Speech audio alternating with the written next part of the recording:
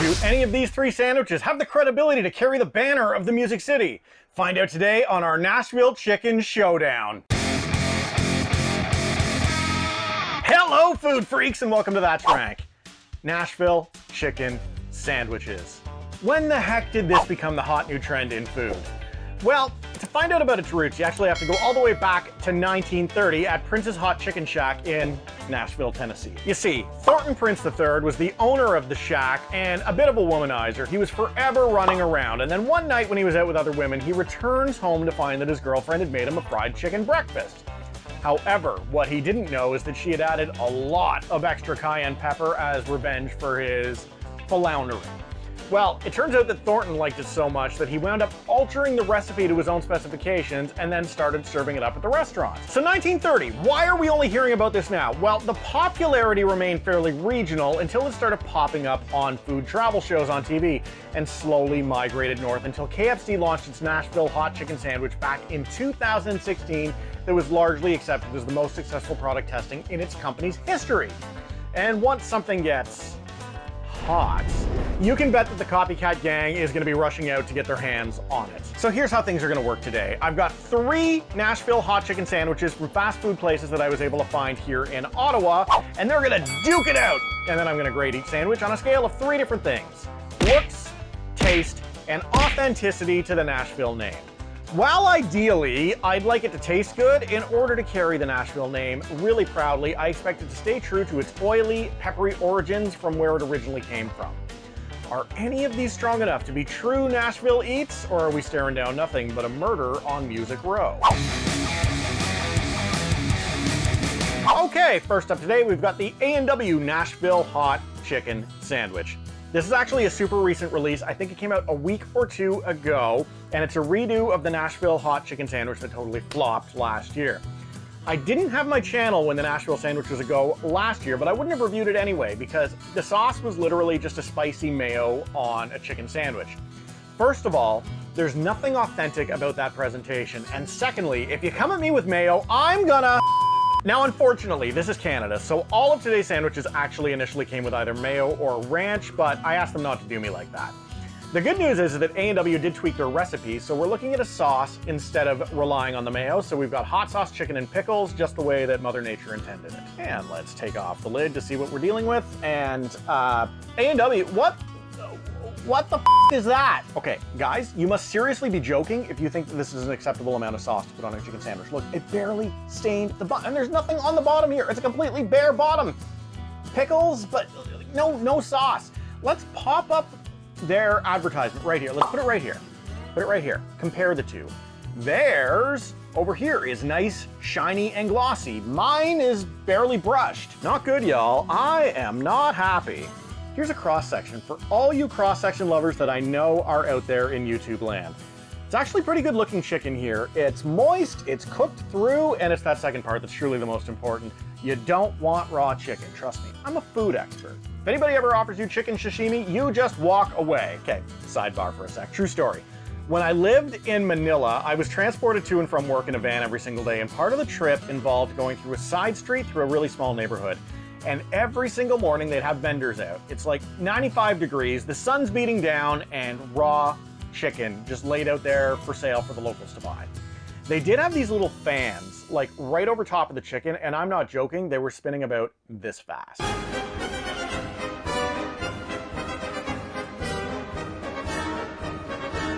I asked a few of the locals what the hell the deal with the fan was, and I got some mixed answers. Some say it was to keep it cool, which seems absolutely ludicrous to me. They may as well have nicknamed the fan Salmonella for all the food poisoning it was dishing out.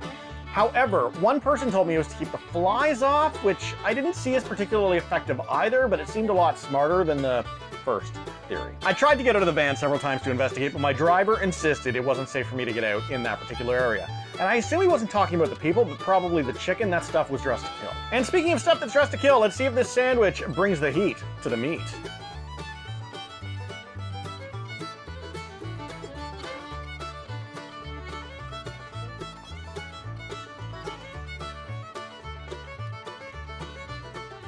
It's okay. It needed a lot more sauce on the sandwich, but the chicken's actually really good.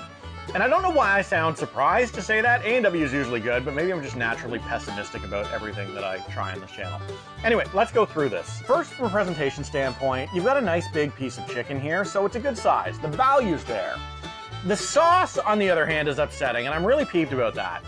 So in terms of looks, it made me hungry staring at it, but I've got to give it a 3 because while it makes me hungry, it doesn't live up to the advertising. There's just no sauce. Secondly, flavor. So the chicken and the hot sauce are really good. It's got a really good bite in the hot sauce, lots of vinegar, which I always appreciate.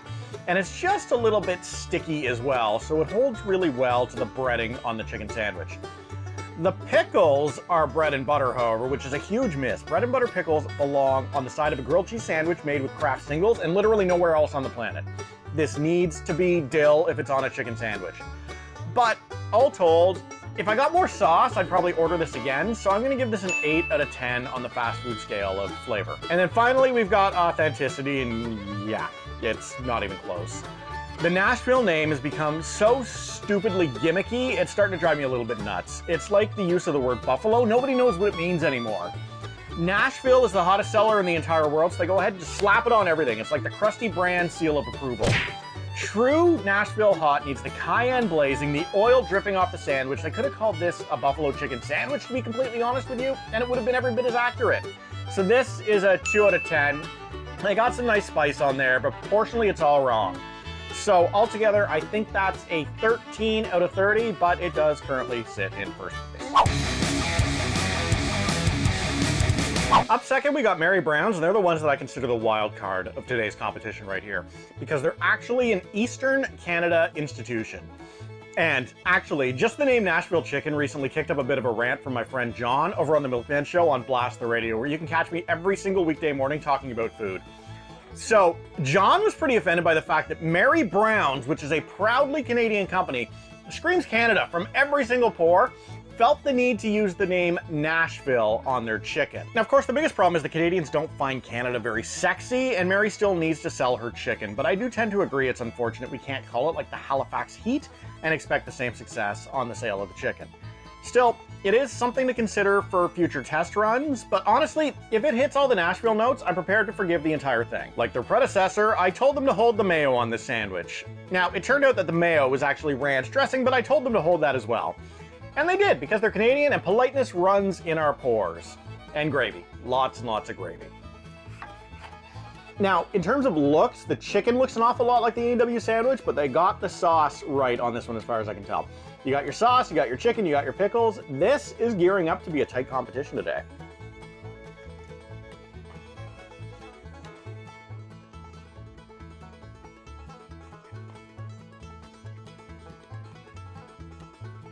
Lots to digest with this particular sandwich.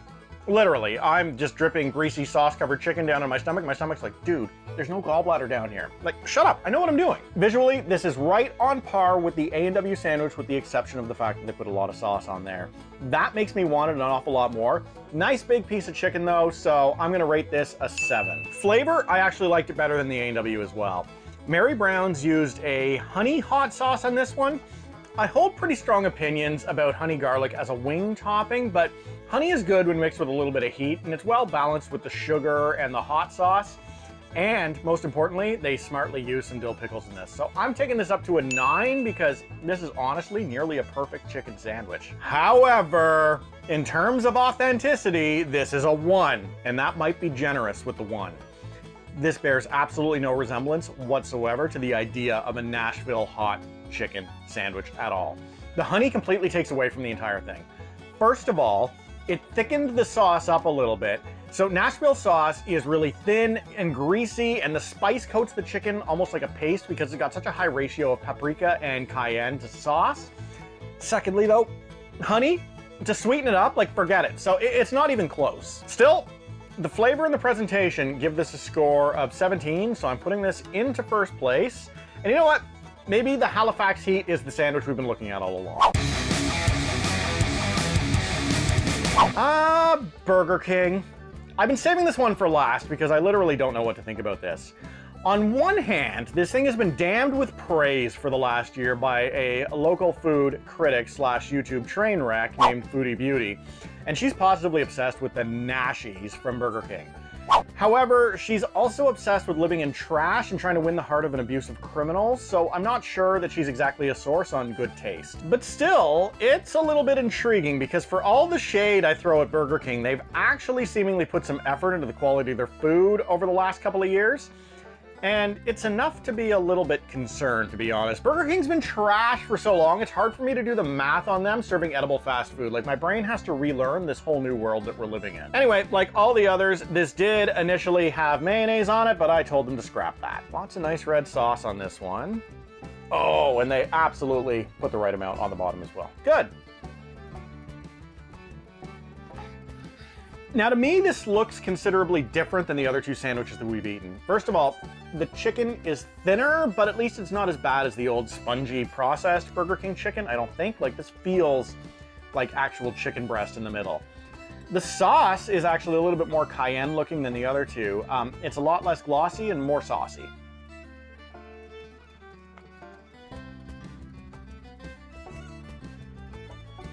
Huh. Burger King! Burger King delivering in a way I never would have expected them to in the past. Y'all have heard me make one too many BK jokes, haven't you guys? But if I stop making fun of you, who am I gonna tee off on? We don't have a crystal burger up here I can make fun of, so I'm sorry, Burger King.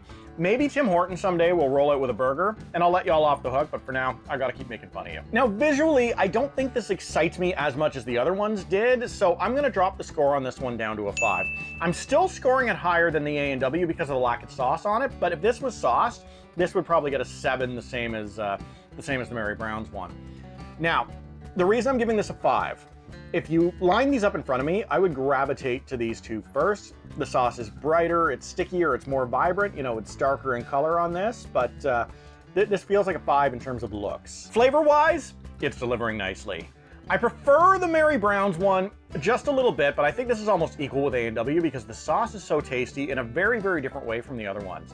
It's a lot more focused on the peppers and less on the overall balance. So I'm gonna match the score with A&W and give this an 8. All told, it's been a very good day for flavor, and not a single one of these let me down. And finally, on the authenticity front, these guys stepped it up today. Not all the way, this is still a long way from Nashville, but I got the sense that they tried to keep it close while still altering the recipe for a more generalized consumer palate. A true Nashville hot chicken sandwich simply isn't going to be a big seller. It was invented as a punishment, as I told you guys at the top. This sandwich today isn't a punishment, it's a treat. But it doesn't have the same sugars that the other ones do. It's just a hot pepper sauce. So I'm gonna give this a 6 for the effort. That means, against all odds, the winner of the Nashville Chicken Sandwich War today is in fact the Burger King sandwich. I am shocked. I definitely didn't expect it. It doesn't look like much visually, but it's got a lot of flavor packed into that little bun. You know what, let's give it an official Nashville holla and a swaller. So I'll turn the table over to you guys. Do you know anyone in Canada that's offering an authentic Nashville hot chicken sandwich? Should I make one myself and show it off? I don't have a lot of experience with fried chicken. I'm more of a barbecue guy, but I have made my own sauces before, and I'd love to give it a go if that's something that you want to see on the channel. As well, if there's another fast food war that I need to settle, do let me know in the comments down below, and don't forget to hit the subscribe button and ring the bell so you get the little notification whenever new content arrives. In the meantime, I'll catch y'all in the next one. Ciao for now.